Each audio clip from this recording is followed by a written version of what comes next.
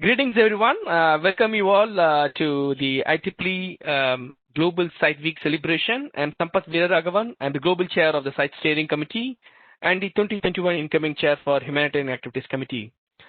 So this year has been a fabulous year for Site as a program, and I would say the last 2 years has been a phenomenal journey for us.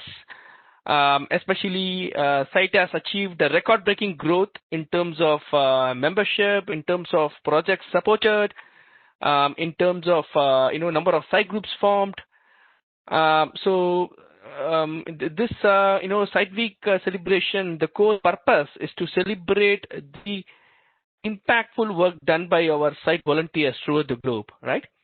And I'm particularly excited about this particular panel as part of the global celebration, because here you are going to see the amazing work done by some of our global leaders, who are going to show what kind of project they are working on and how impactful it is for the local community. So I'm really thrilled today that you are going to see, and hear from them the first-hand information, how enriching it is to participate in site projects, how this has been a transformative opportunity for them. So with that said, I extend a warm welcome to the panelists, and we have Mario Aliman from Nicaragua, and Mario has been very active, IEEE volunteer both in EDS as well as in HAC and site activities. So we will be hearing from him about the automated and sustainable drip irrigation system in Nicaragua, and we also have an amazing team from Indonesia, Ms. Alia and Ms. Yok, where they'll be specifically talking about the nutritional guide and recipe repository for which they have created in Indonesia, specifically addressing the local challenges, due to the COVID situation there. And we have our final presenter, Lavanga, today, and who is from Uganda. Again, Lavanga is also last year's, Site Volunteer of the Year award winner, a very active site leader in Region 8, and he has made a lot of contribution to several programs both within Site and EPICS and so on. And he will be talking about one of our, amazing projects in Uganda, where the local volunteers, leverage solar technology to provide, continuous electricity to a local healthcare facility, which and he will be talking about how it benefited the local audience there. So with that said, I really want the audience to make best use of this session. Hear from the project doers and see how inspiring their journey is, and next year try to participate in Site and HAC projects call, and maybe you can be one of the presenter in the next year's Site Celebration Week actually. So with that said, again, thank you everyone for joining us today. With that said, we will hear from Mario about his project. Floor is yours, Mario. Hello everyone. Thank you, Santa, for the introduction, and thanks for inviting us to present a few slides on behalf of my team. I'm actually the project leader for the automated and sustainable drip irrigation system in rural Nicaragua. So with me is also one of my teammates, Christian Garcia. So Christian is also the chair of the EDS site student group, and he has been very active with Kenneth, with Leslie, with Catherine, and with Julio. So this project is just basically to tell you a little bit of our story, that we are committed to provide basically a better quality of life in the community of La Paz, Carazo. We are located in Nicaragua. Nicaragua is a Central American country. We're 6 million people, basically, and it's actually the second poorest country in Latin America after Haiti. We received a grant from EDS and from Site. So this is a matching grant, I would say, and a collaboration from one of the IEEE society, which is Electron Devices Society. And basically, we're covering an area of about 14,000 square meters, basically to improve the farming skills and to improve the irrigation system and provide basically food to the people underrepresented in that community. So in terms of equipment, we are basically considering the installation of a 5 kilowatt solar energy system to provide energy to all the electronics and the microcontrollers, and to provide basically a drip irrigation system with, with a microcontroller, which is basically one of the devices that we use in EDS, and a submersible water pump. The basically indicators that we're measuring in this project is basically to provide a better quality of life to 50 families and to improve the agriculture practice and sustainability, so people will be able to sell basically all of the harvest that they do at the end of this project, and people will have the opportunity to have access to jobs. At the moment, we have benefit at least 15 local workers and villagers basically to work on this site project, and we have basically improving the technical skills, and we are also improving basically the skills of the students, because this will be a 100% automated project with IoT applications. The changes that we faced and challenges in this project was, very well, the COVID situation. There was a delay since the beginning, but we also changed the location of this project because the initial location was actually very far from the city, and we decided to, in order to provide a better sustainability and be able to reach actually more times to the community, we selected a different community, which is only 45 minutes driving from the main city in Managua. So also, some of the lessons that we have learned so far is that we have to work with everyone. So in the mapping of the stakeholders, we didn't consider inviting engineers with expertise in agriculture. And it's very important because actually they are the ones who knows very well how to stretch the budget and how to best use of the resources. So it is very important to work with every stakeholder, with the community, with the students, with engineers, with scientists, with professors, with everyone. So at the end, there is a good consensus and there is a good, basically, professional supervision. So here are some pictures. Here's the group. This is the team basically that have been doing most of the work. At the beginning, it's very important to talk with the community and to basically, create an organization and a timeline of how this project is going to work. And then it was decided that it was actually a good idea to start a community center. So this is a construction of a 10 by 10 square meters, and this will be also an auditorium and a place where people can come, when people can learn.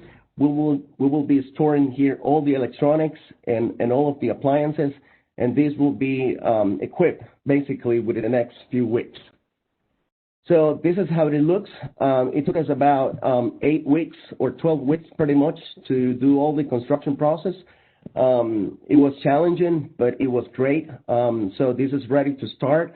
And right now, what we're doing within the last few weeks was basically to identify where we could excavate a water well. So this is a site inspection from technicians, and also you can see Catherine, one of our teammates, and myself, basically trying to identify and work with the people where the water well can be basically excavated. And we also requested a donation from the Rotary Club in Leon, and they basically were very kind and agreed to basically donate about $7,000 US, which is basically the cost of the water well excavation. and we're just basically putting all the materials and resources. And also, there have been many enriching experiences for students as well, working in the land for the first time. And right now, what we have is basically watermelon, and we also have zucchini that we expect basically to harvest in about 1 month. So there will be exciting news basically in the community. And this is actually the plan that we have for the next 2 months. Within the next few weeks, we will have everything, the water pump installed, the well, the electronics, the automation, and the project will be ready to start. So with that said, basically this is a brief introduction to what we're doing, and we're very thankful for IEEE site and IEEE ES for the grant and for basically allowing all of our stakeholders and our students basically to enrich their experience in IEEE. So thank you.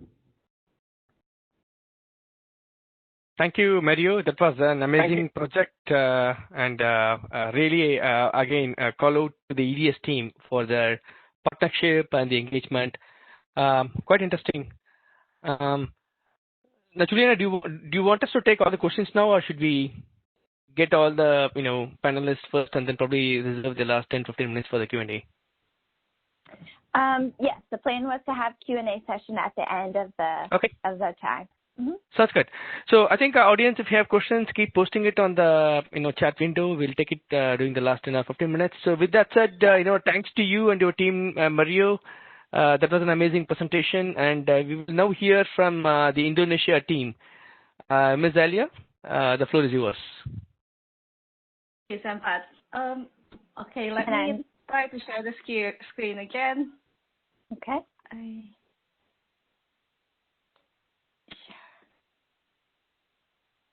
Okay, can you see the screen? Yes.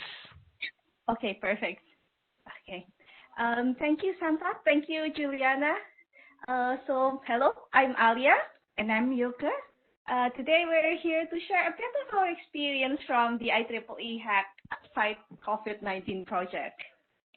So, first, a short intro. We're not actually breaking health protocols. I'm the daughter. I'm the mother. So we're a mother and daughter team. We work together, both as lecturers in the biomedical engineering department in our local university, as well as co-chairs of the Indonesian IEEE site for e-health and telemedicine. Okay.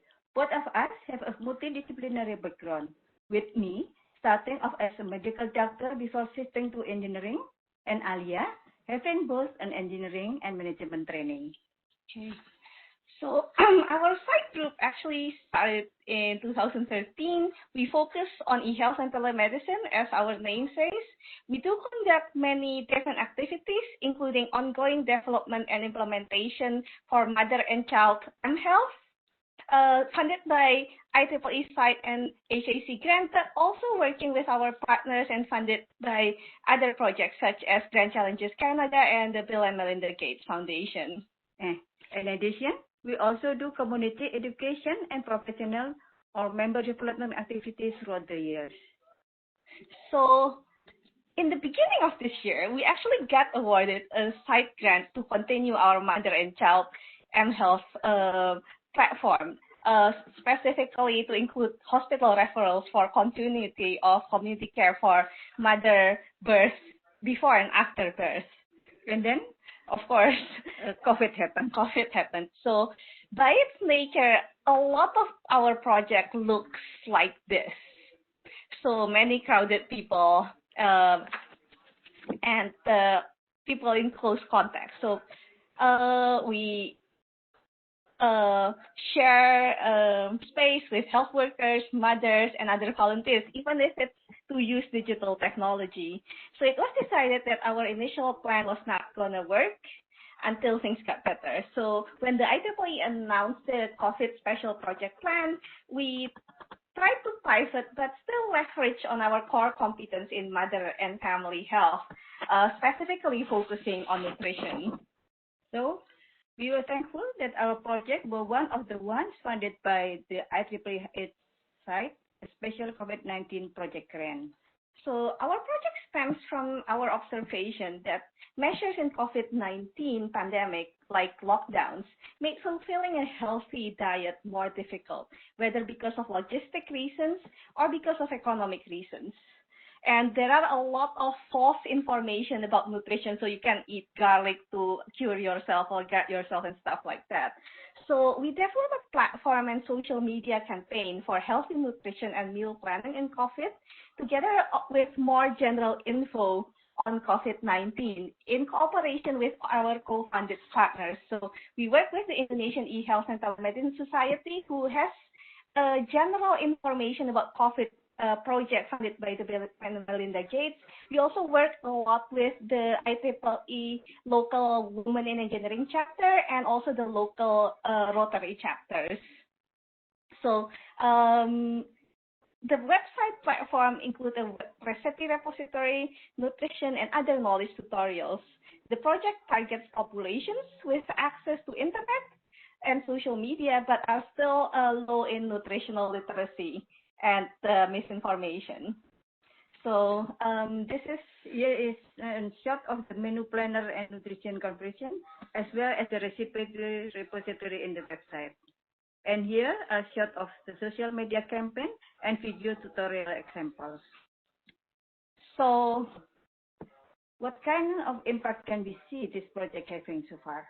So this is a bit different from our usual project where we get up close to the community we work with. However, we are starting to learn to measure and see some impact here. So in terms of the wider community, our social media campaign has gained significant engagement, from reaction and shares to genuine questions, discussions, and discourse. Of course, we do have a lot of trolls. There are negative responses, but we'll discuss that a bit more also in the challenges section.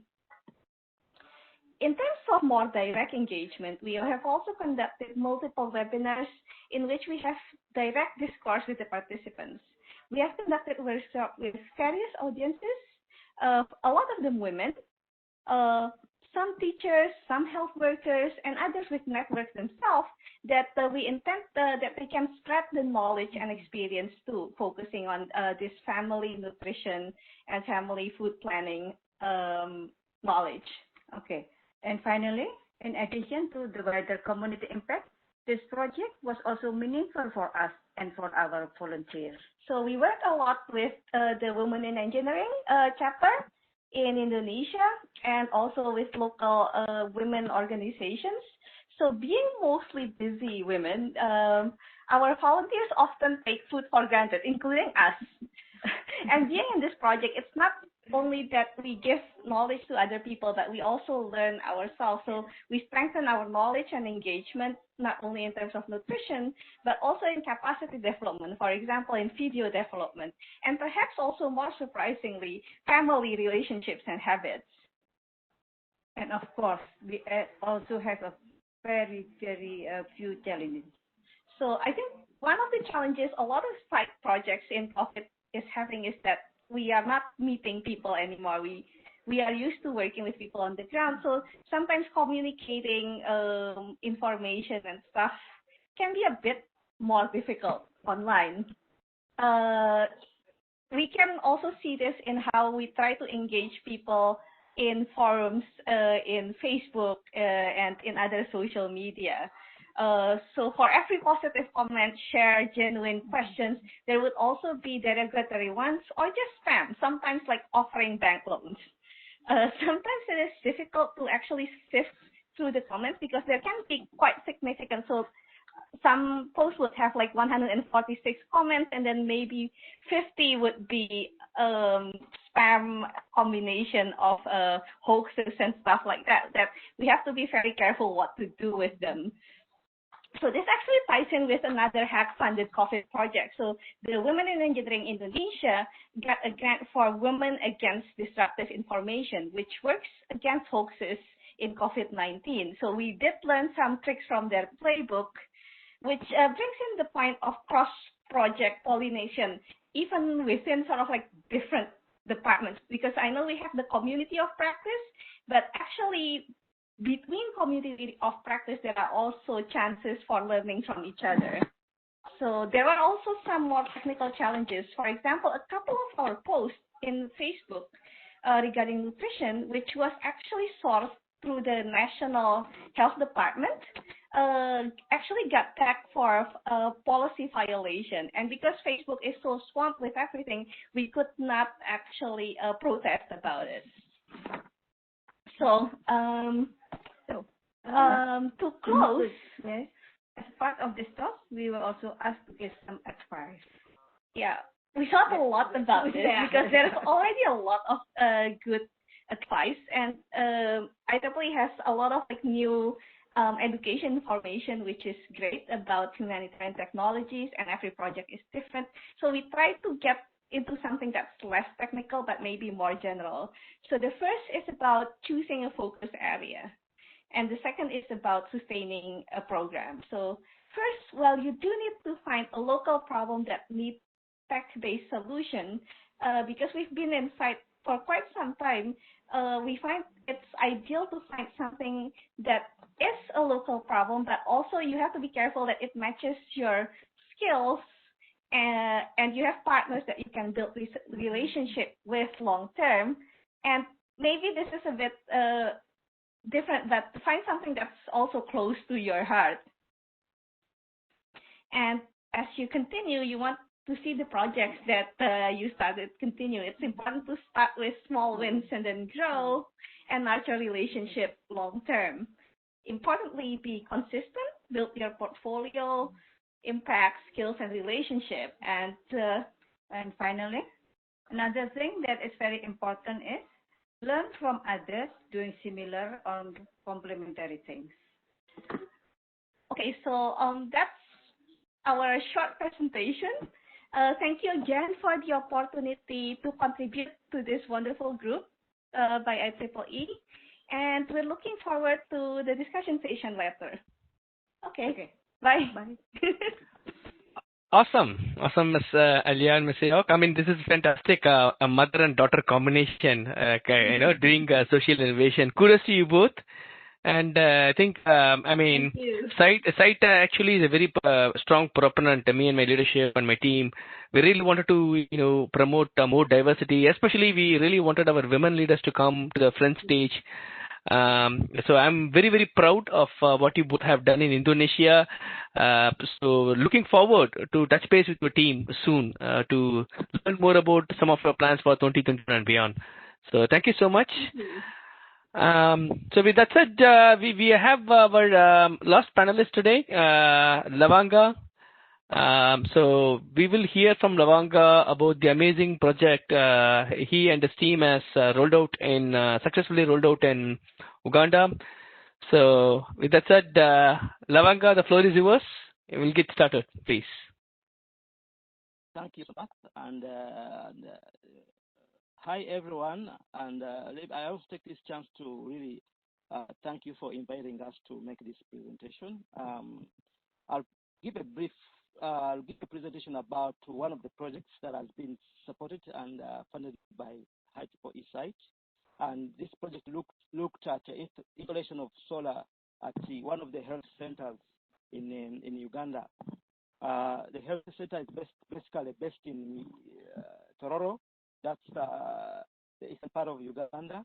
And one of the key challenges we are having in many of our health centers is lack of electricity, and quite a number of problems that occur due to this kind of challenge. So I'll give you a presentation and what transpired, as well as a couple of achievements as far as the project is concerned. Next slide. The project basically looked at installation of solar at one of the health centers. It's called Mukuju. And as far as the project is concerned, the implementation involved a number of activities.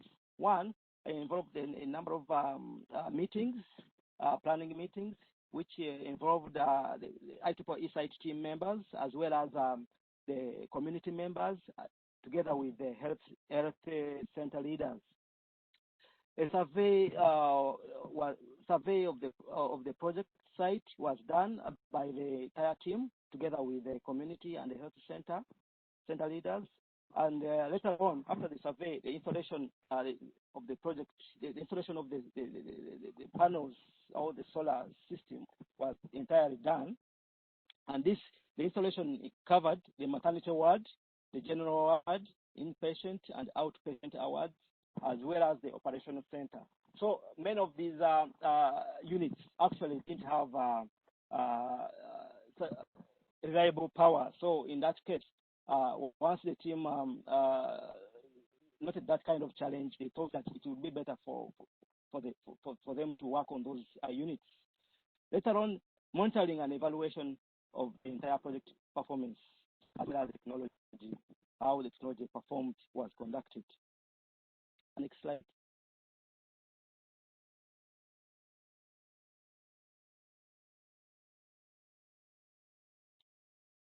These are some of the activities, as you may note from the picture.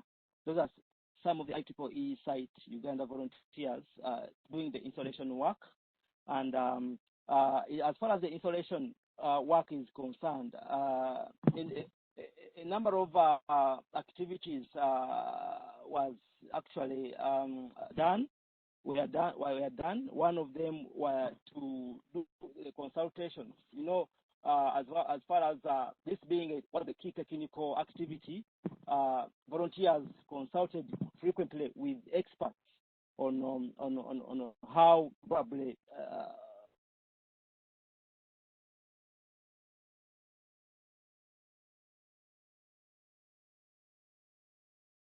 on how to make actually this project components, as well as the entire installation activities. So the entire PV were installed, and the functioning satisfactorily in key health centers, focusing on maternity, general wards, inpatient and outpatient wards, as well as the operation theater. So in terms of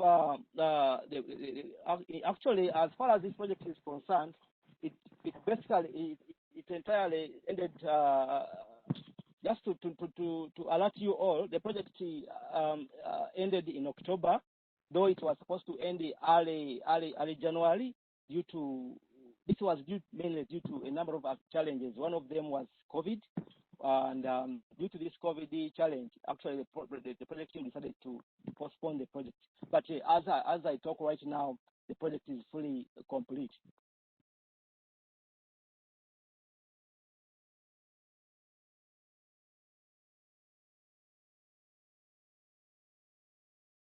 So basically,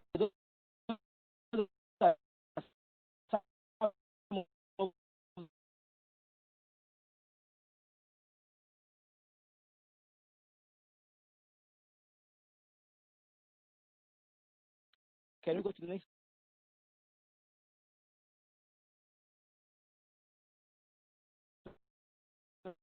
slide, Diana?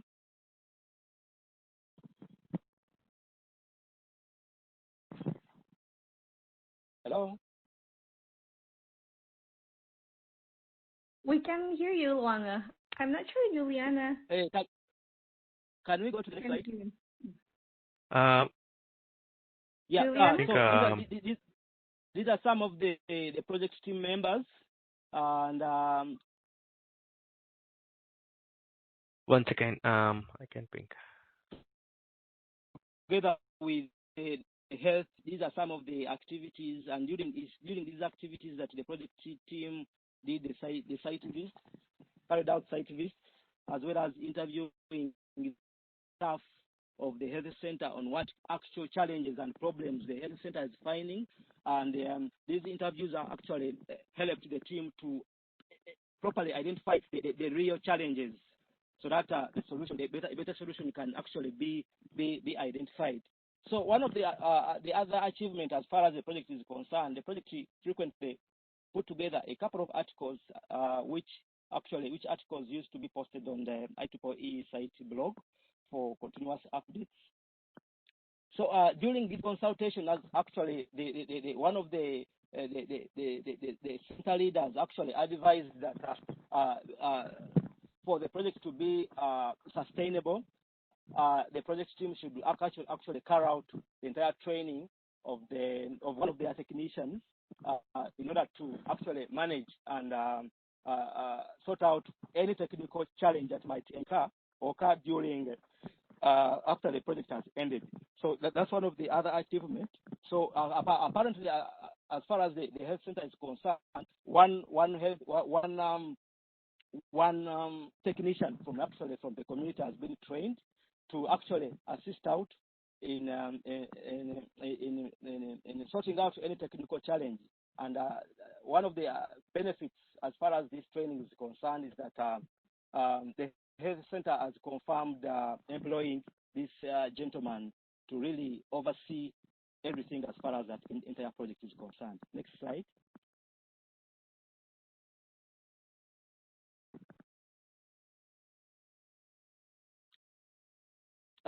So these are some of the, if you might note from the photos, those are some of the team members carrying out the installation kind of activities.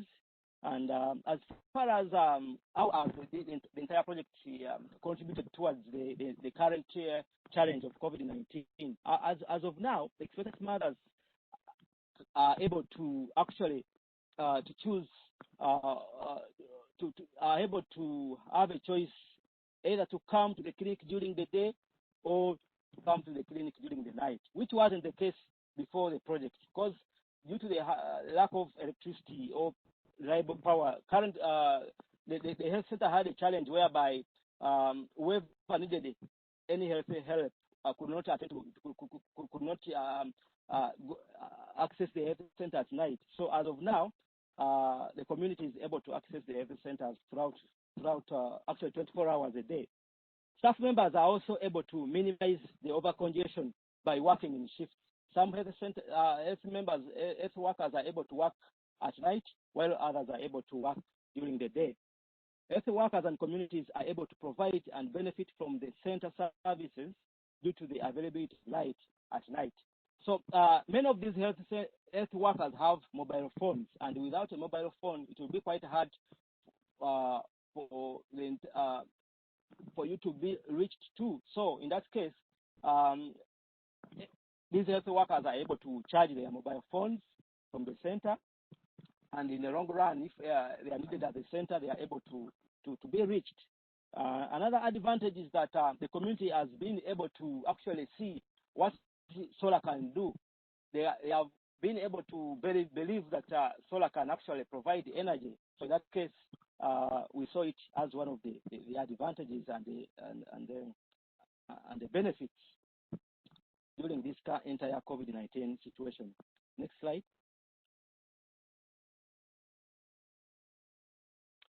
Some of the challenges the team has faced during the entire project implementation. COVID-19 has affected the entire project timeline.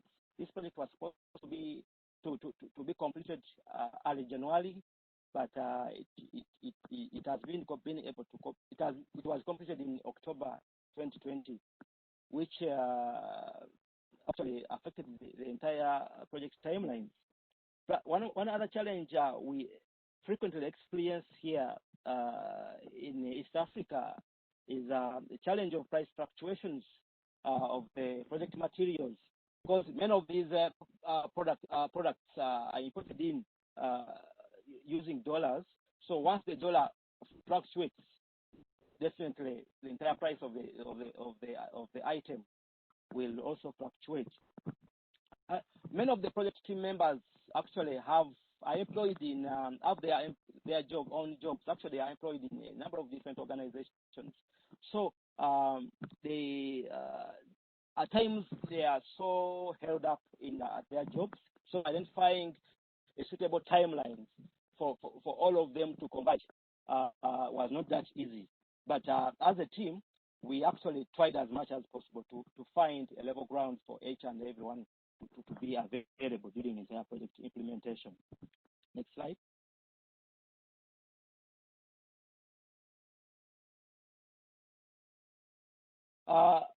What are some of the impacts so far as that project is concerned? Like I said earlier, health workers are more comfortable now with their work schedules. Some prefer working at night, others prefer working during the day. More expected mothers are able to benefit from the center's maternal services, which wasn't the case before because of lack of power.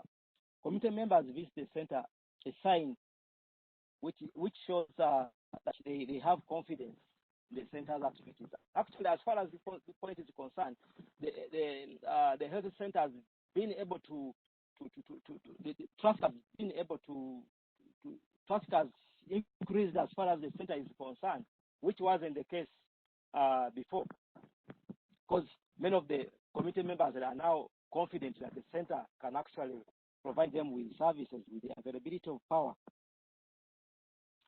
The picture you see in this particular slide is one of the blocks which was installed with the solar system. I think this is a maternal block. Yeah. Next slide.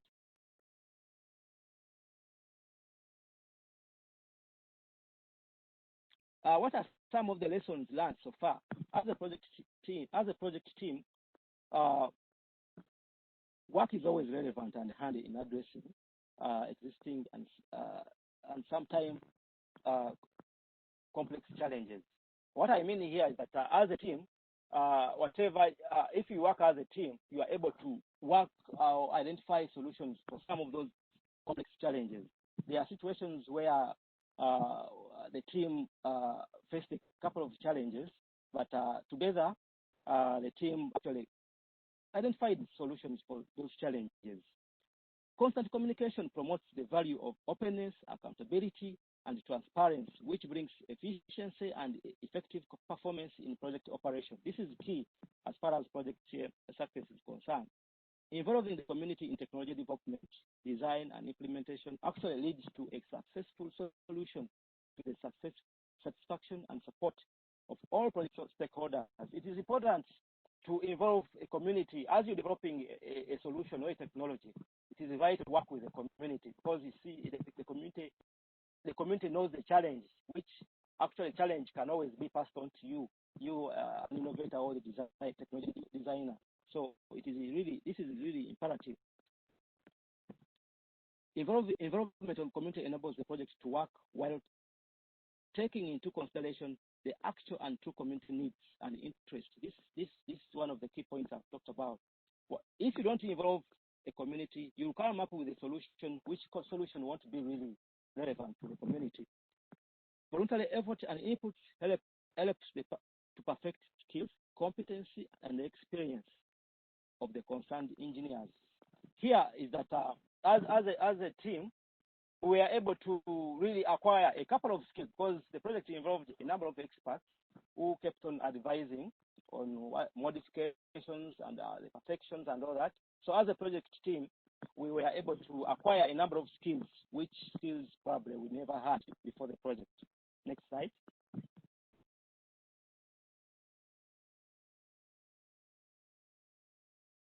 Yeah, these are some of the pictures that depict the activities being carried out at the center, in addition to the other area shared photos. This is the health center. It has a number of blocks, and what we did as far as the project is concerned, we had to have each block have its own set of system, its own set, because you see, being solar and to minimize costs, because due to the challenge of price fluctuations, each block has to have its own independent system. Because you see, like for example, the maternal ward, it has equipment, which equipment actually need more power than the outpatient kind of ward. So we resorted, based on the advice, the technical advice, we decided to have each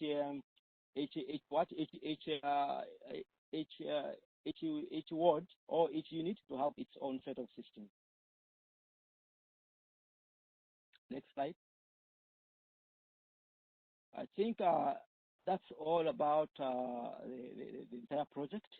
And in this respect, we do thank the entire site, IEEE, HAC, for the entire support, as far as this project is concerned. Without site, actually, site is guidance, as well as the community, together with the health center leadership, this project couldn't succeed. Thank you so much. Yeah. Thank you so much, Lavanga. That was a very terrific project. We really appreciate the outstanding efforts of the grassroots leaders in Uganda to deliver this important projects there. So again, before we go on to the Q&A, I would really like to thank all the three panelists, for your amazing presentation today. This is a glittering example how, SITE is truly a global program, which is not only breaking the various barriers in the local community, but also creating change makers, positive change makers in each of these communities. So again, on behalf of the steering committee, we really thank you all for your amazing efforts and support. We'll continue to hear the amazing story next year, like how all these wonderful efforts are making greater impact to the local community. One call out from my side is I also wanted to take a moment to thank our staff team, Juliana, Betsy, Holly, for always going above and beyond supporting our volunteers across the world. So, as I said, SITE has had a terrific performance since their inception. We have broken many of the records this year. That has been, one of the core, reason behind that is, the amazing contributions of volunteers, and we have an amazing staff team. So really grateful to all the staff and the volunteer team out there. So with that said, we'll go on to the Q&A session, and I will request Juliana to take over from here to drive the Q&A session. I would like to drop off now for another meeting, but look forward to talking with the audience again on this Sunday during the Off the Chair session, where you will hear about the success story of 2020. So thank you. Yes, thank you, Sampa, so much. Talk to you later. Thank you. Okay. Okay, so now is the time for our question and answer session with the audience participants. And we already have one question that was submitted. This one is for you, Luanga. It's a very technical question. What is the capacity of the PV and battery that was installed at the health center?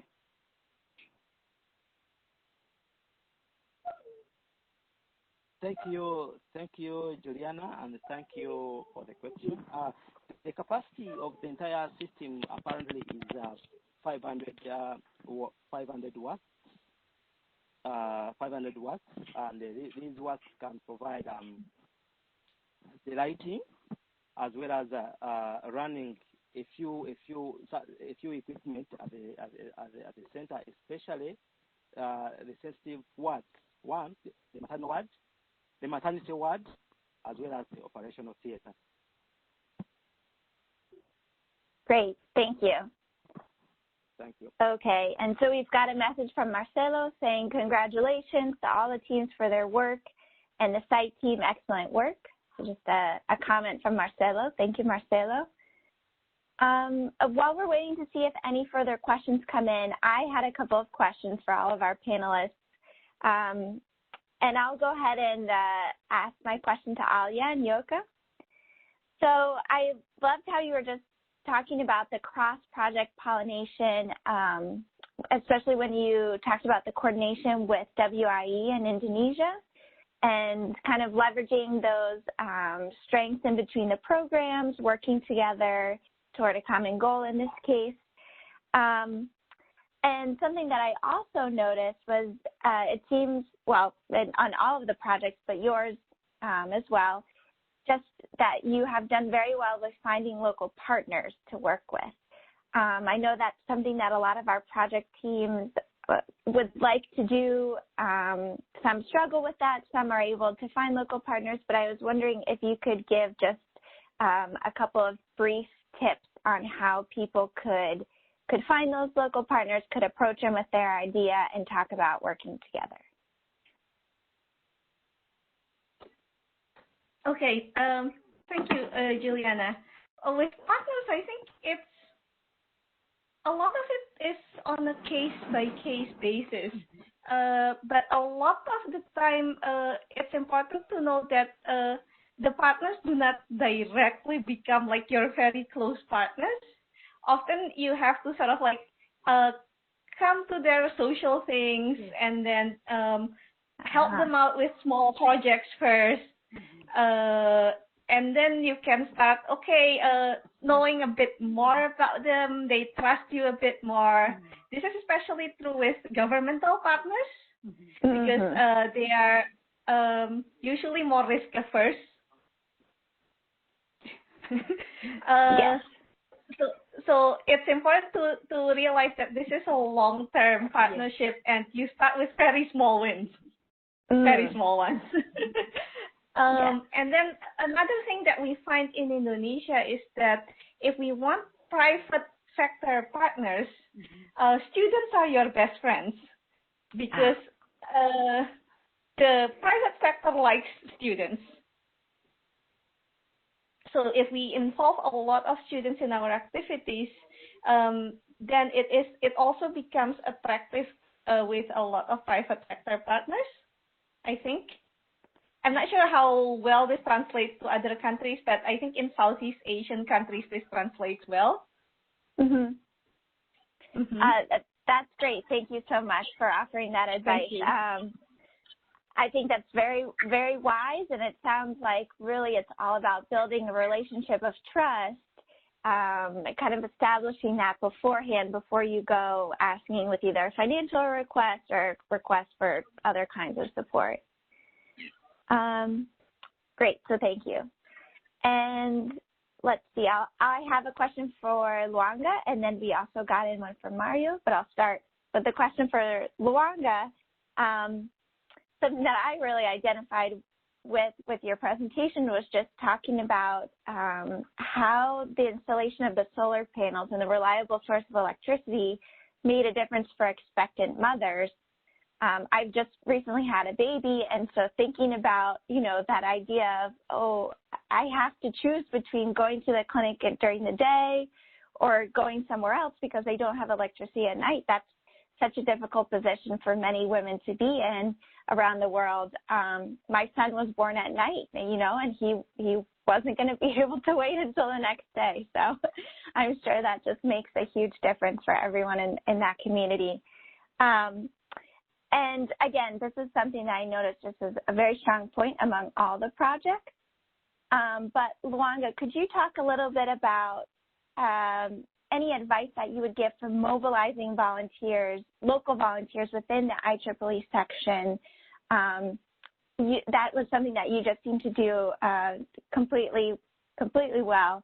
Could you give any advice to the rest of our project teams and future project teams on how they might go about doing that?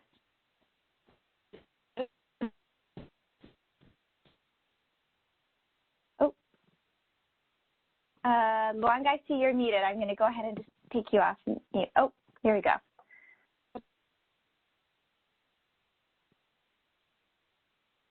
Yeah, can you kind of repeat network? Yes. So you kind of I think I get it.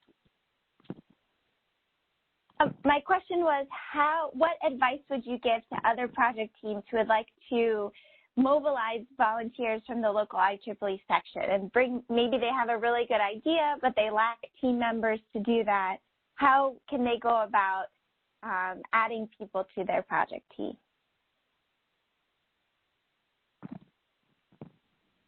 Thank you, Juliana, for awesome question. One, the first advice would be, you see, for example, the section, working within the section, there are a number of members,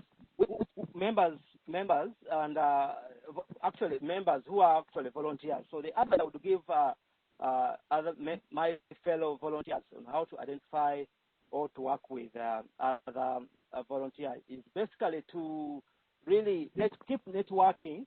One thing, once you network, you are able to really identify a volunteer that you can actually share an idea with.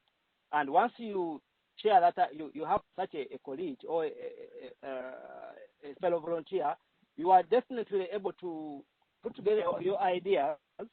And you see, one head is usually more better than two heads are usually better than one head. So once you have a colleague or you networked with your fellow volunteers, you'll be able to identify a colleague whom you actually share the same ideas with. So within that case, you'll be able to identify a joint problem, which joint problem will lead to a joint solution, and which joint solution will lead to a joint project write-up, and as well as joint project implementation.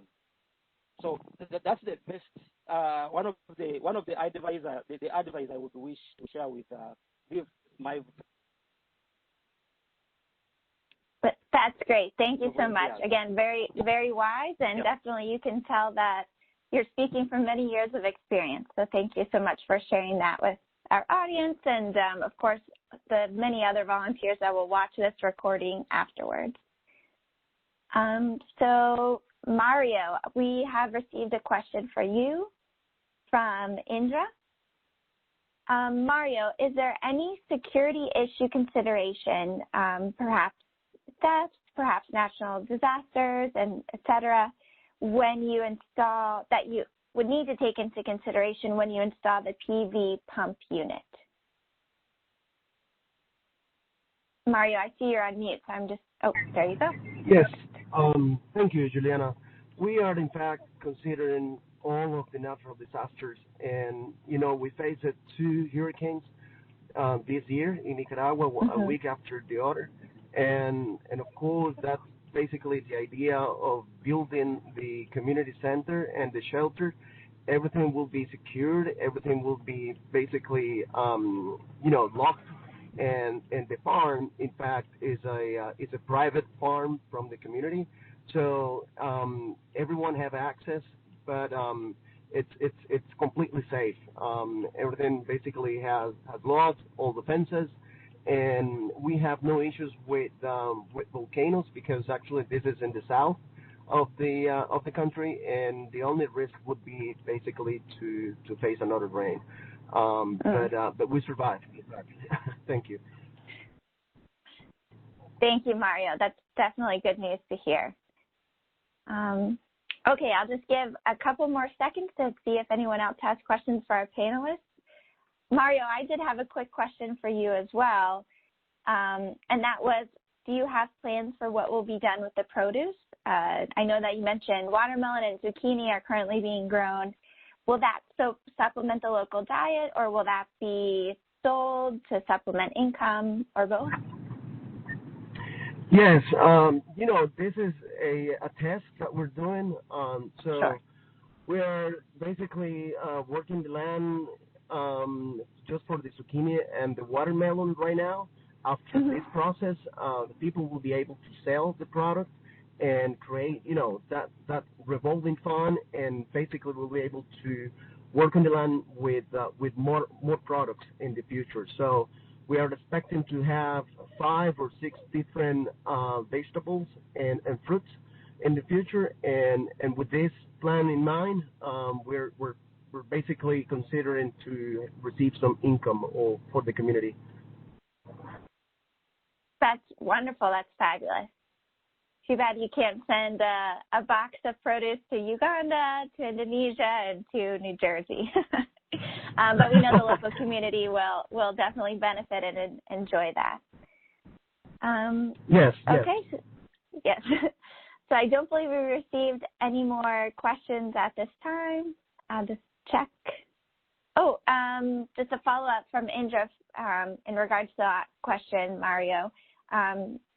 She says that they installed 12 units of micro hydro turbines for field pump power, and some of them were stolen and others swept or damaged by flooding. So I guess they kind of had a similar project and unfortunately experienced that.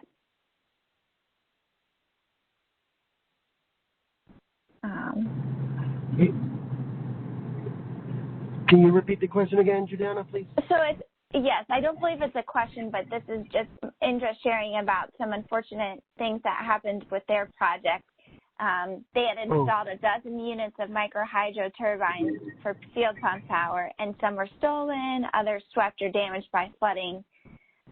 I guess if we could turn that into the question, in the case that a project team are facing something like that, do any of you as panelists just have advice for what a project team could do if something goes, you know, very much wrong and not according to plan?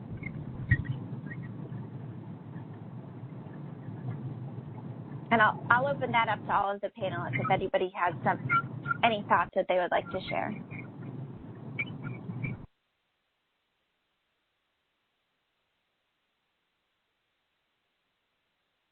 Yeah, probably from me and from the experience I've really got through project implementation, there are times when you plan. There are times when things actually don't move the way you have planned.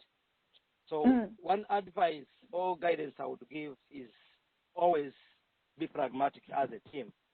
Because if you are working as a team, there are always a solution to a challenge. For example, if I have planned to install a system and the system fails, as a team, you should always sit together as a project team members, sit together, brainstorm, and definitely at the end of the day, as a team, you definitely come up with a solution. So those are it's one of the key challenges that actually happens in projects. There are times things don't work as planned, but always as a team, be pragmatic. Always try to adjust accordingly. Yeah. That's wonderful advice, Langa. Thank you so much for sharing that. And I know so many of the site project teams, if not every single one, have faced some kind of challenge at some point in time in their project implementation. And, you know, like Langa said, you just have to work with your team members and come up with a possible solution, even despite whatever difficulties you might be facing.